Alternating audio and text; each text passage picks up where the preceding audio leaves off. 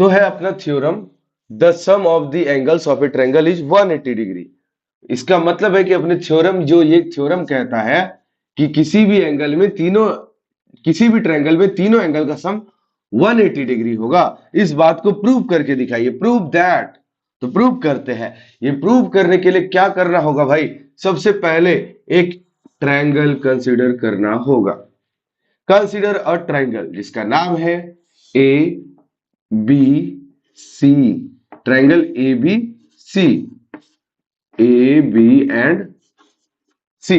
Okay, जब एक triangle ABC consider किए, तो जब सिर्फ ट्रायंगल था तो देखे कि प्रूव करना इम्पॉसिबल काम है, तो क्या किए? कंस्ट्रक्शन कर दिए। कंस्ट्रक्शन करते ही क्या कंस्ट्रक्शन किए? एक इमेजिनरी लाइन बना लिए, पैरेलल लाइन जिसका नाम है X Y parallel to B C. कैसे? ए के थ्रू, तो लिख दिए through a construction, through A draw a line X Y. A के थ्रू एक लाइन एक्स वाई बनाना है जो पैरेलल होना चाहिए बीसी के, और एंड मार्क द एंगल्स, फिर एंगल के नेम मार्क कर दिए 1 2 3 4 एंड 5। फिर क्या देखे कि जब एक्स वाई पैरेलल हो गया बीसी के, एक्स वाई पैरेलल हो गया बीसी के, और एबी को एक ट्रांसवर्सल की तरह यूज कर लिए, तो क्या पता चला कि एंगल 1 और एंगल 4 इक्वल हो जाएगा, क्योंकि ये अल्टरनेट इंटीरियर एंगल्स है। और इन द सेम वे, उसी तरीके से, but using AC as a transversal, we get angle 2 is equal to angle 5, angle 2 is equal to angle 5, alternate interior angles. Now as we know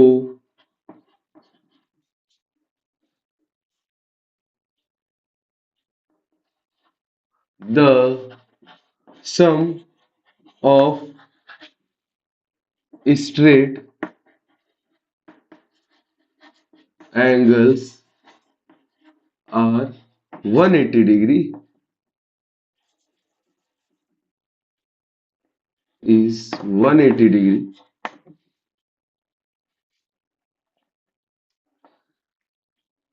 therefore angle 4 plus angle 3 plus angle 5 is equal to 180 degree because of straight angle property। है कि नहीं?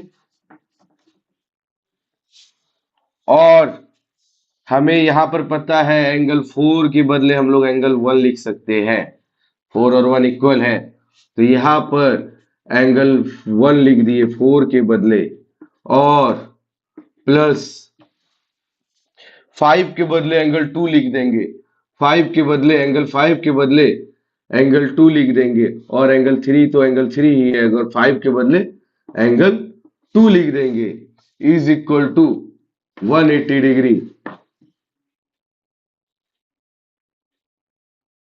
It means angle 1 plus angle 2 plus angle 3 is equal to 180 degree. Proof हो गया ना बात? Proof क्या करना था बाबू?